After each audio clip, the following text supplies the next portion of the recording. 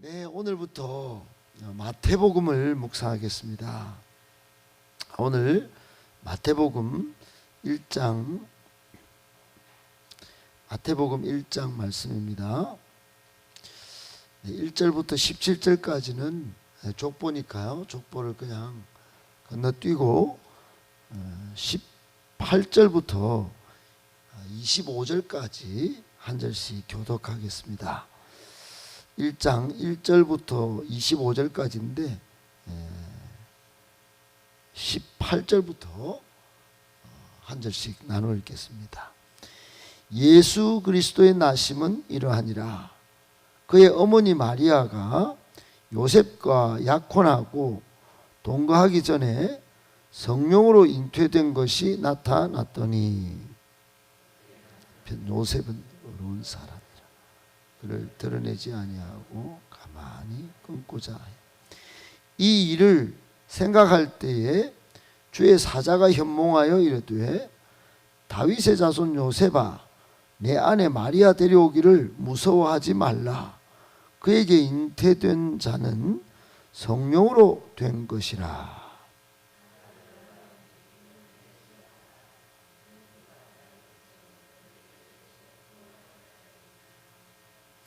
이 모든 일이 된 것은 주께서 선지자로 하신 말씀을 이루려 하심이니 이르시되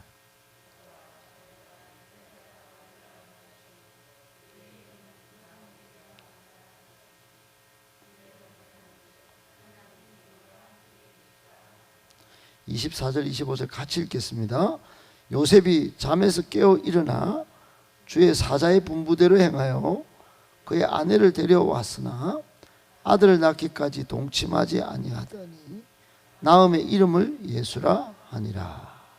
아멘. 할렐루야.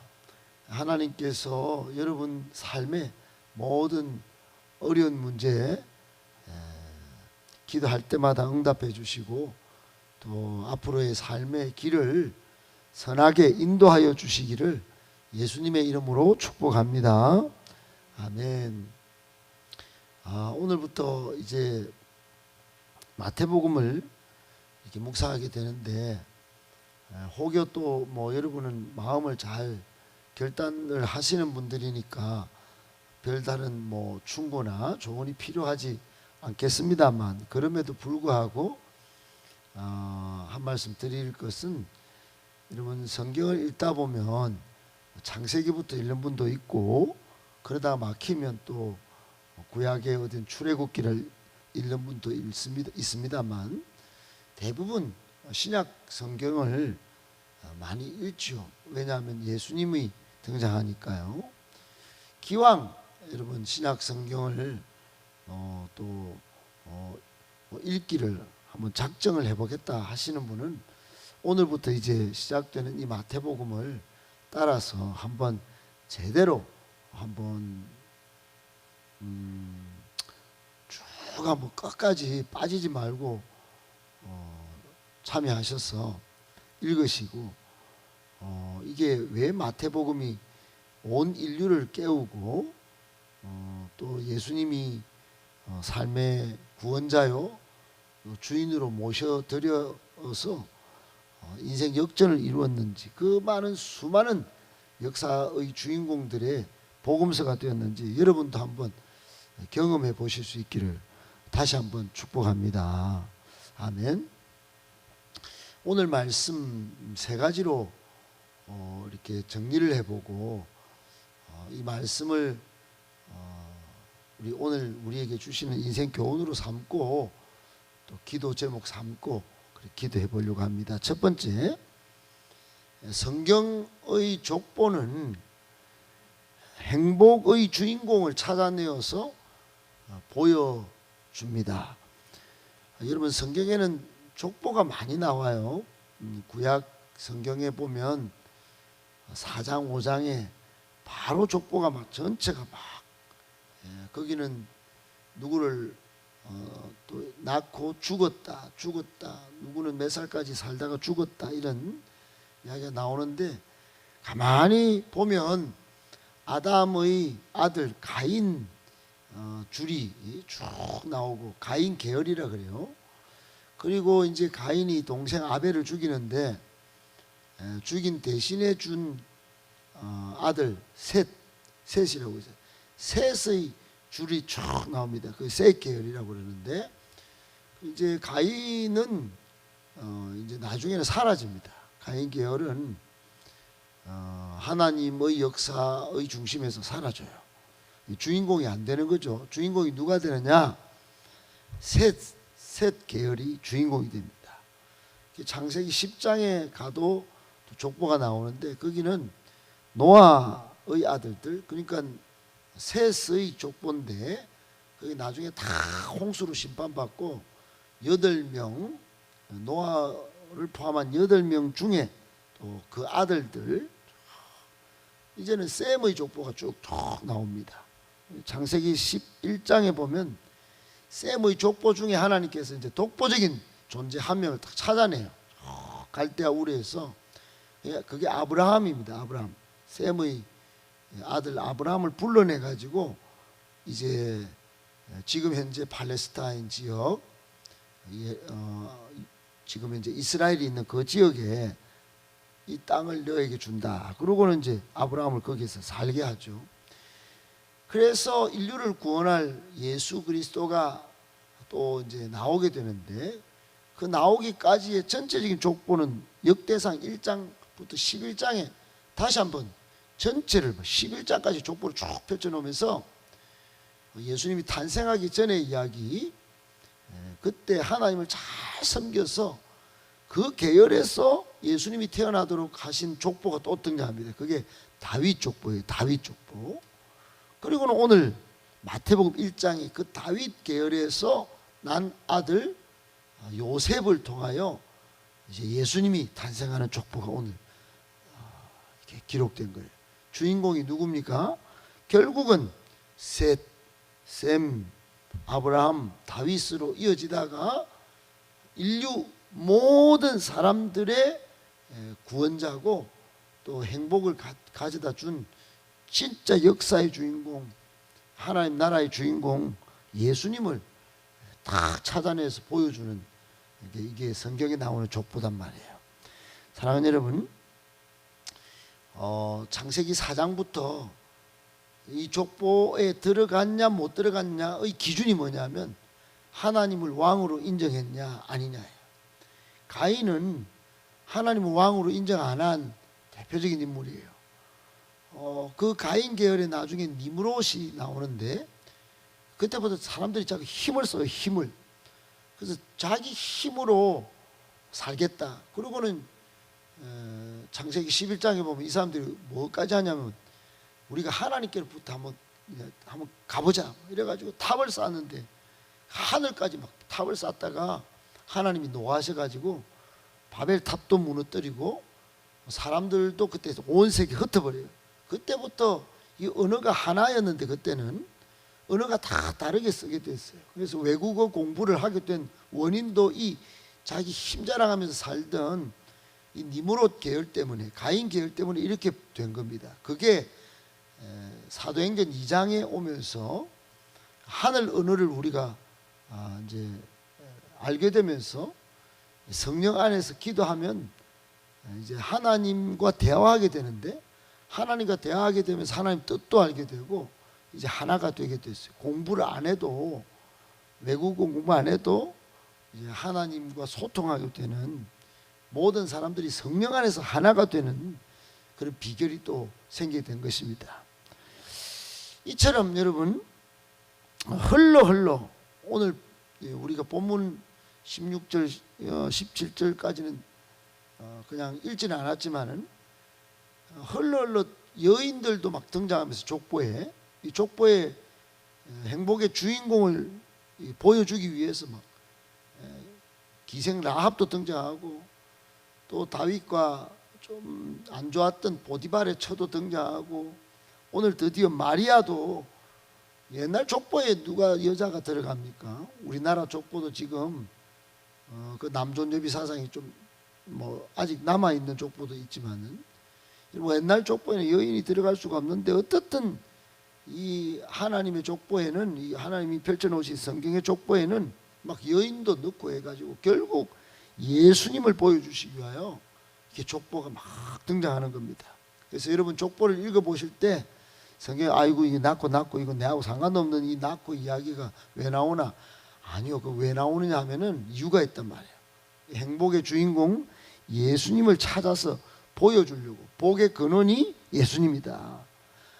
이 예수님을 따라 올라가면 우리 인생의 왕은 하나님이다. 이걸 보여주려고 이게 족보를 기록해 놨는데, 그걸 여러분 왕이 안 되면 우리가 가인 계열이 돼서 이제 망하게 되는 거죠.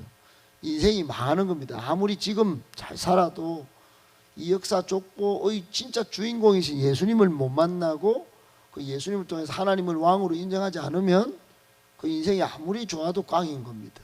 그러니 얼마나 중요한 건지 몰라요. 성경에 나오는 족보는 행복의 참 주인공을 찾아내요. 그분이 예수님이라고 찾아내 보여주는 거니까요. 예수님 만났냐 못 만났냐 이건 인생 흥왕성쇠 판가름을 짓는 중요한 문제이기 때문에 여러분 족보도 잘 한번, 성경의 족보는 버릴 것이 없습니다.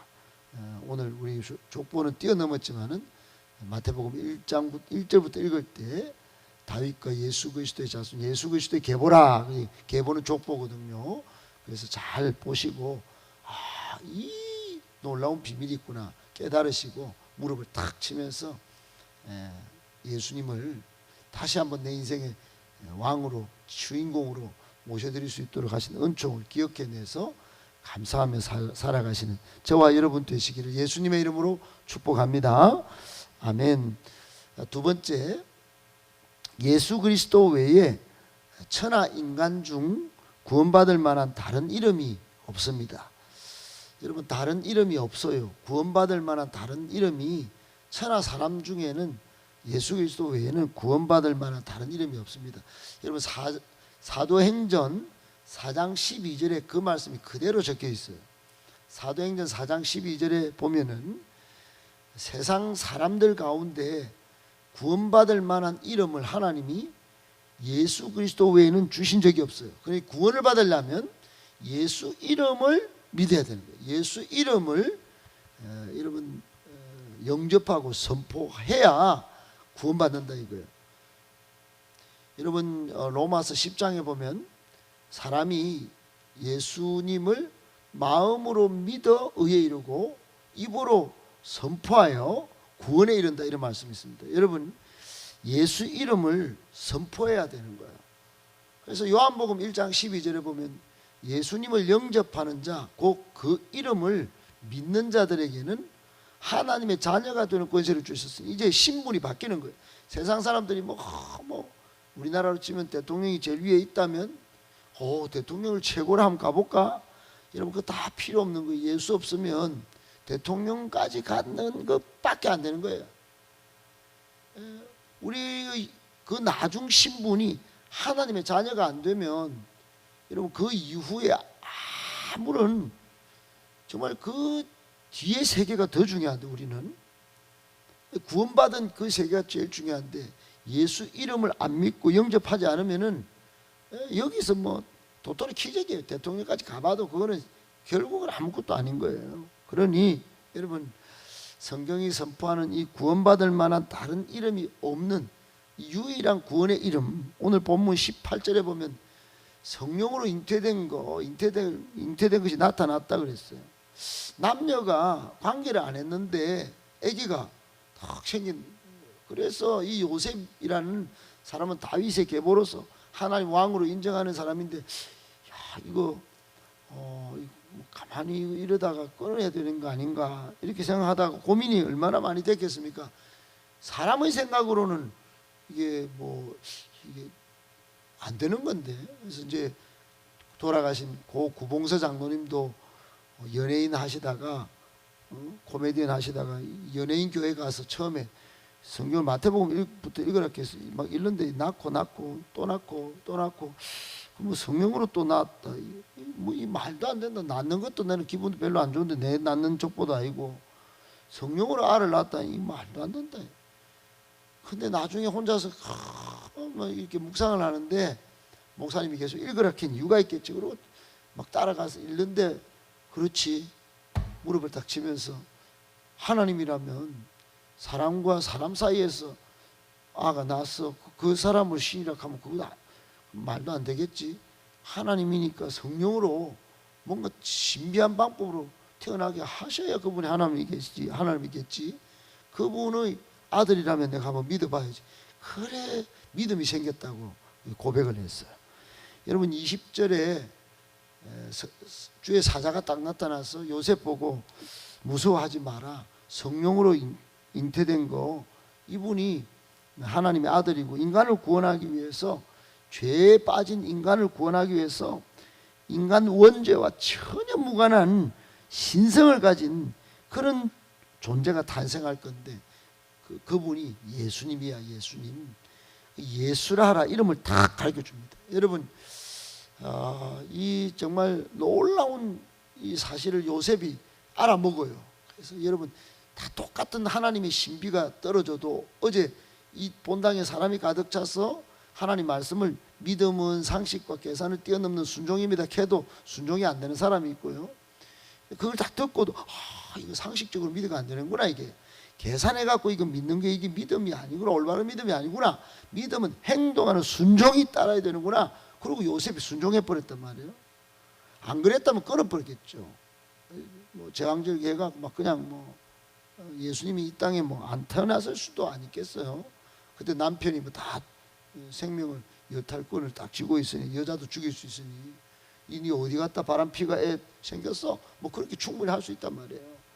오늘 여러분, 예수님이 천하 인간 중에 구원받을 만한 분으로 탄생하기 위하여 어마무시한 과정이 있었습니다. 어떻든 우리는 이 예수님을 우리의 유일한 구원자로 이렇게 받아들이시고, 여러분, 세상에 뭐 어떤 잘 나가는 그게 아니라 우리 본질적인 인생 신분을 변화시키는 하나님의 자녀가 되는 권세를 받아 누리는 저와 여러분 되시기를 예수님의 이름으로 축복합니다.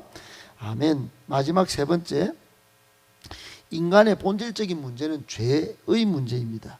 여러분, 죄의 문제가 해결되지 않아서 마호멧도 석가도 공자도 등장해가지고 그 문제를 풀려고 다 했는데, 결국 인간이, 죄인인 인간이 구원하려고 많이 이렇게 애를 썼는데 거기는 구원이 없어요.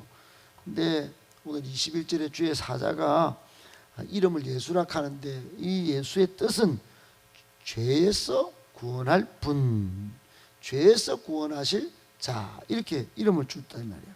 여러분, 그렇습니다. 예수님은 하나님이 구원하신다는 뜻을 갖고 있어요. 인간의 죄야말로 모든 인생사의 문제의 근원입니다. 고통의 근원이에요. 고통을 해결하려고 부처한테 찾아갔더니 그 깨달으면 부처가 된다, 죄 문제가 해결된다. 무슨 깨달아가 무슨 죄 문제가 해결되면요, 여러분, 물론 뭐 그런 방법을 고행을 하면서 하는 방법이 있겠지만, 그것보다 더 확실하고 확실한 방법이 하나님이 인간이 되셔서 죄 없는 그분이 죄를 다 뒤집어 쓰고 끝내버려야 끝나는 거 아니겠어요? 그래서 여러분, 누가 해결했냐? 그러면 우리는 명확하게 이해하고 믿습니다. 그리고 선포해야 됩니다. 바로 유일한 구원이신 예수 그리스도이십니다. 이 죄 문제가 해결돼야 영생을 얻고 행복이 시작되는 것입니다. 여기 걸려 있는 대로 행복의 시작은 예수 그리스도이십니다. 죄 문제가 해결돼야 행복이 시작된다는 거 꼭 기억하시고, 여러분, 이 종합 죄를 끝내버린 예수님을 다시 한번 여러분 마음의 구원자로 모셔드리시고, 오늘부터 찾아 들어오는 모든 죄로 인한 고통들 다 여러분 도말하시고 한번 제대로 한번 믿어보십시오. 예수 제대로 믿어서 인생 문제가 다 해결되는 복된 우리 성도님들 다 되시기를 예수님의 이름으로 축복합니다.